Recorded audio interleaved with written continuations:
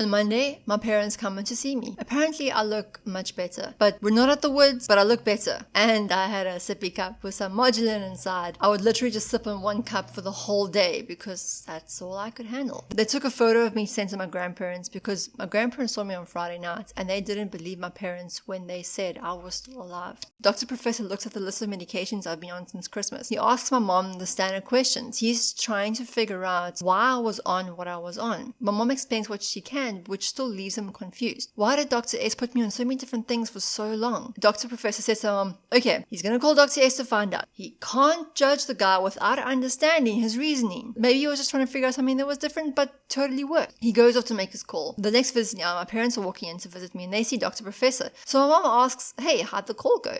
Dr. Professor rolls his eyes and says, you don't even want to know. My mom says, yeah, I actually would like to know. And he just shook his head and walked away. That call created so much chaos in Hospital 1. Again, more meetings because how dare Dr. Professor, a specialist in rare gastric diseases who's internationally known, question their precious little surgeon who has a special interest in gastric things. I would have loved to have heard how that call went down, but that call apparently caused some big waves in Hospital 1.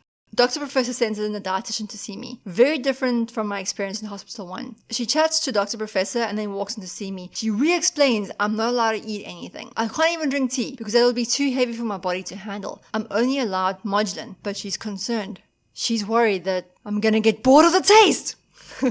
She rushes out to see Dr. Professor, who's sitting at the desk right outside my window, looking at my file, and they have a conversation. She eventually comes back in and saying, okay, I've spoken to Dr. Professor, and there's this one thing we can add to your current diet to give you some flavor change. It's especially made juice, it's not difficult for your body to digest. And man, did that juice taste good. She was still worried that because I only have 2 flavors in my life now that I'm gonna get bored. I was just happy to have 2 flavors in my life. There was no complaints coming from me. The plan was for me to get juice 3 times a day, 1 at breakfast, lunch, and supper. Then modulin would be 6 times a day, 3 with those meals, and then the other 3 in between, as I'm also severely malnourished. The dietitian would come and constantly check up on me and how I'm doing, and if I'm still okay with only those 2 flavors. I'm very okay with those 2 flavors. The only thing is, I couldn't finish as many juices that they wanted me to finish. I could only finish 1 juice and 1 cup of modulin a day, if I even finished it. Honestly, I just sipped on the cup and juice all day long, and that was all I could manage. I was also brought some ice chips to suck on,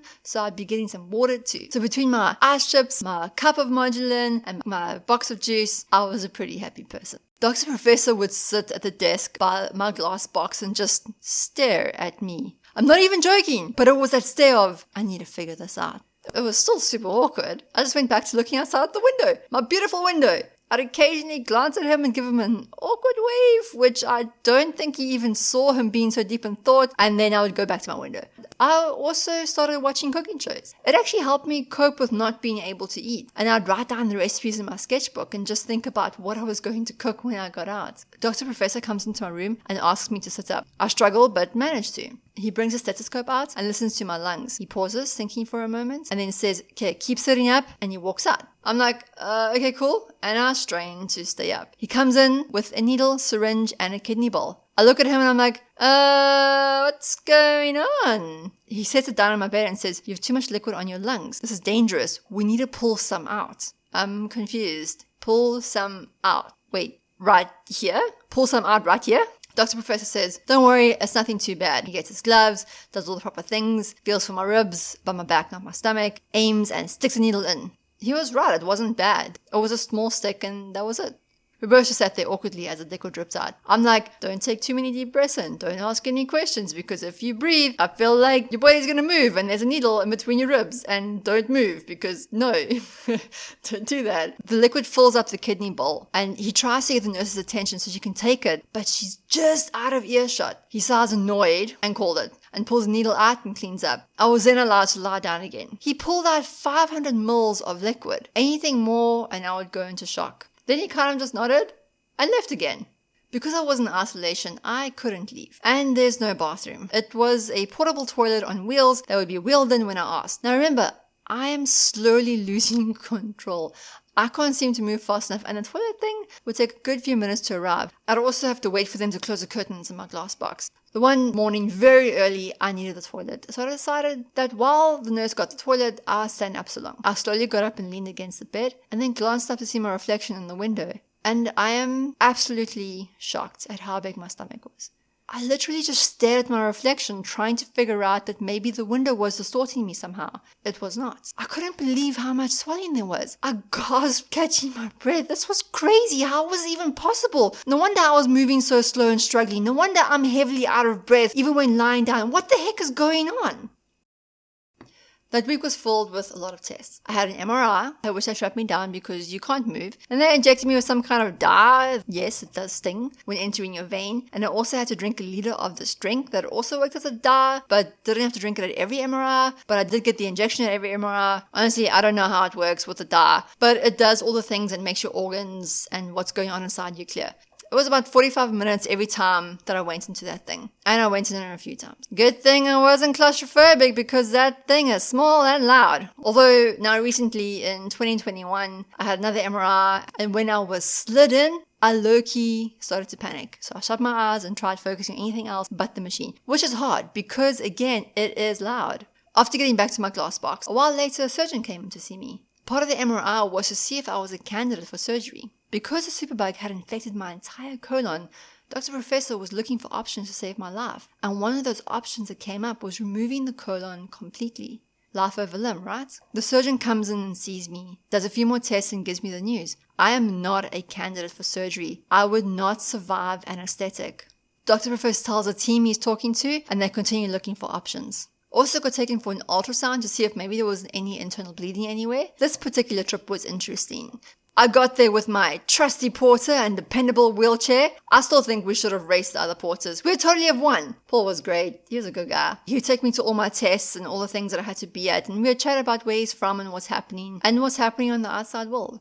In the ultrasound room, I, with the speed of a sloth, get onto the ultrasound bed. Then Dr. Ultrasound explains what the plan is. He's going to look for internal bleeding. Then he was going to pull some of the liquid out of my abdomen. In my head, all I can say is focus on the facts and use this opportunity to learn about what's happening. I ask as he gets started. Again, really cool, and he explains as he goes. First things first, let's do a basic ultrasound to look for any internal bleeding. Brilliant news!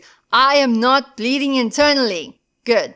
Now he must take some of the liquid out. But because the needle is going to go very deep, he needs to inject some local anesthetic into my stomach. He uses the ultrasound to check where he is, and then he sticks a needle in to inject the anesthetic.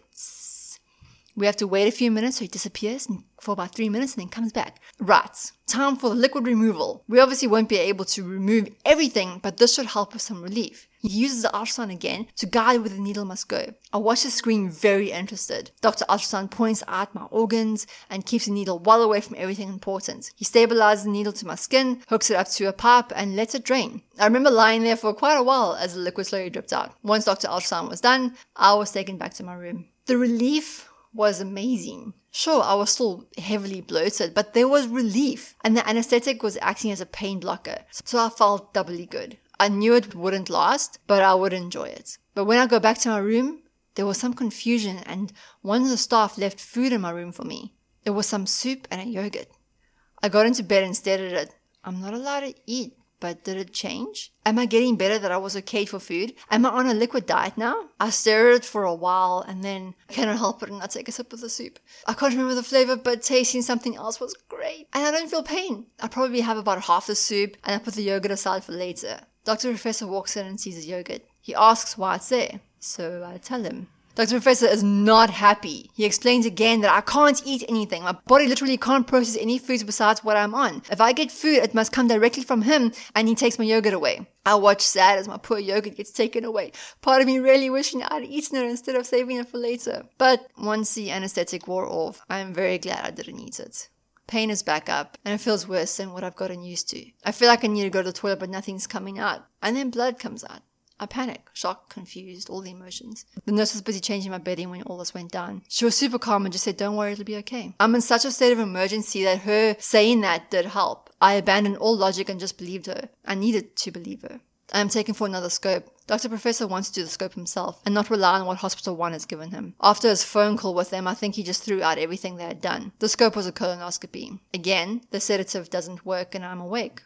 I watch the screen with my insides displayed on it, and I'm horrified to see my entire colon is green. Not light green or a little green. It's dark green, like gross pond water. Dr. Professor can't even take a biopsy because the lining is so thin. The superbug has been eating away at my colon lining, and a biopsy will cause a tear which would need surgery to fix, and I won't survive surgery, so no biopsy. He tries to use water to spray the lining to see if there's any pink underneath, but has to abandon the quest as again there is no pink. There's no healthy underlying, it's just fully green, being eaten away by this hospital-acquired superbug. Dr. Professor gives strict instructions on how to clean the theatre room, and especially the scope. It needs to be scrubbed and then put and left in soap water for 24 hours, and then after that needs a usual deep clean, and then after that another clean. He explains that the superbug is highly contagious, and if it spreads, it will spread quickly and it will spread through the entire hospital, and the hospital will have to be shut down and people will die. The staff take this very seriously,